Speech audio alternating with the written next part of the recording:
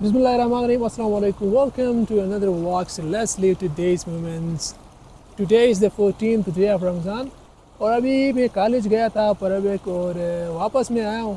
Class लिए मैंने and right now I M in my favourite place. ये जगह मुझे बहुत ही ज़्यादा पसंद है, तो मैंने सोचा कि इधर आकर के थोड़ा बैठा जाए और रमज़ान में टाइम भी थोड़ा स्पेंड होगा.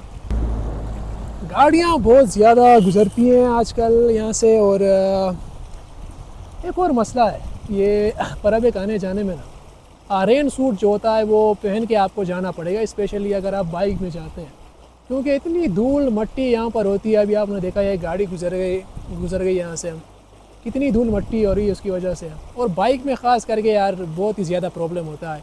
तो मैं इस तरह करता हूँ कि एक अलग शूज़ मैंने रखे हैं, वो मैं पहनता हूँ जब भी मैं कॉलेज जाता हूँ. और ये जैकेट्स के ऊपर वो रेन सूट में पहनता हूँ. तो इस तरह होकर के आना पड़ता है, जाना पड़ता है. वहाँ जा कर के फिर सारे उतारो वो और वापस आते टाइम दोबारा से पहनो. और सर्दियों में तो 2-3 लेयर तुम्हारे पास होना चाहिए, मतलब कि पैंट के नीचे पजामा होता है, फिर पैंट होता है, उसके ऊपर कुछ और पहनना होता है. तब भी सर्दी तो ख़त्म नहीं होती, लेकिन थोड़ा बहुत गुजारा हो जाता है. साहिल अदीम भाई की ना कोई वीडियो सुन रहा था कि हाउ टू बी ए मुस्लिम, मतलब कि एक बेसिक मुसलमान क्या होता है. तो उन्होंने इस तरह की बातें की कि मैं तकरीबन शौक ही हो गया उनकी बातों से.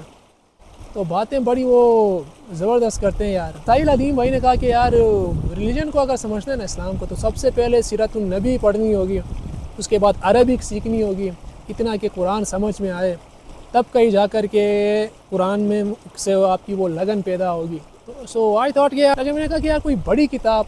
फिर मैंने शम्स भाई से कहा, उन्होंने मुझे किताब भेजी सीरतुन नबी की, मौदूदी साहब ने लिखी है, बड़ी ज़बरदस्त किताब है. तो वो मैंने थोड़ा बहुत कल पढ़ा, काफ़ी बातें मुझे जानने को मिली. सो वो मैंने स्टार्ट किया है आजकल.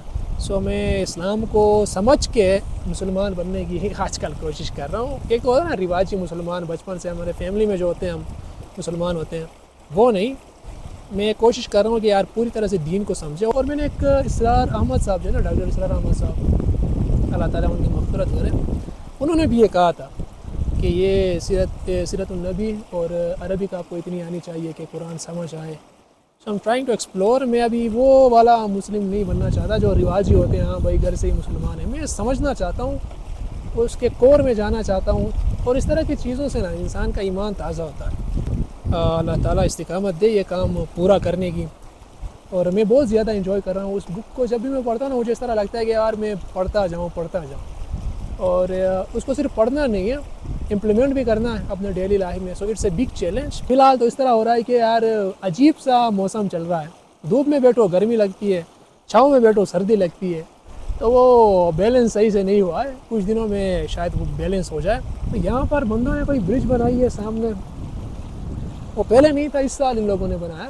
तो ये क्रॉस करेंगे, अभी उस साइड पर जाएँगे. अच्छा, मेरे घर के सामने से जो नज़र आता है ना टॉवर टेलनार का, वो मेरे ख्याल में ये वाला वो टॉवर है.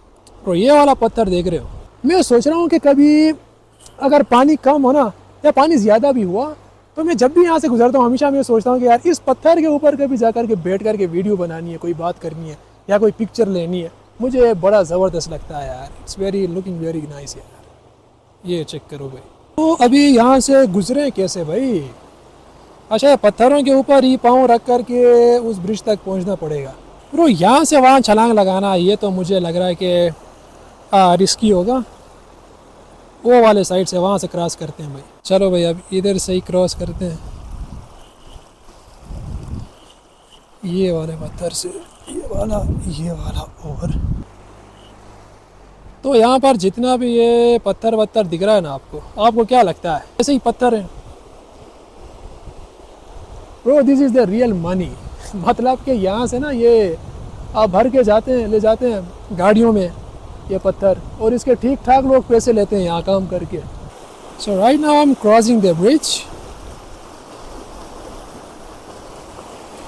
ये देखो भाई, यहाँ से क्या ज़बरदस्त व्यू आ रहा है ना, और इस साइड से भी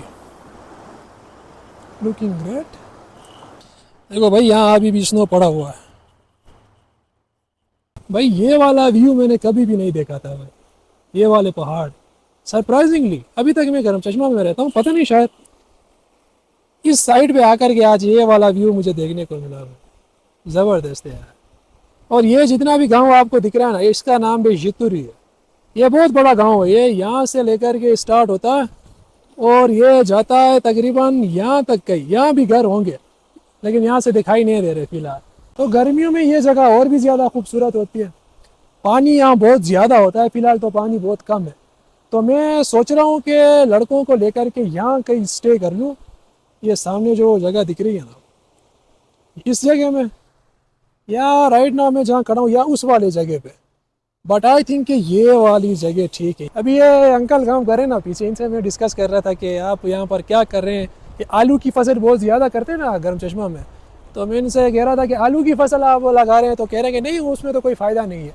मैं लगा रहा हूँ वो गंदम का की जो फसल होती है ना, उसकी मैं तैयारी कर रहा हूँ, क्योंकि गंदम भी होता है और चारा भी होता है फिर जानवरों के लिए। अगर आलू आप काश्त करते हैं तो वो आलू को बेचने के बाद जो पैसे होते हैं ना, वो पैसे देकर भी फिर वो गंदम और वो चारा ही तो ख़रीदना है, और वो अच्छा होता भी नहीं है।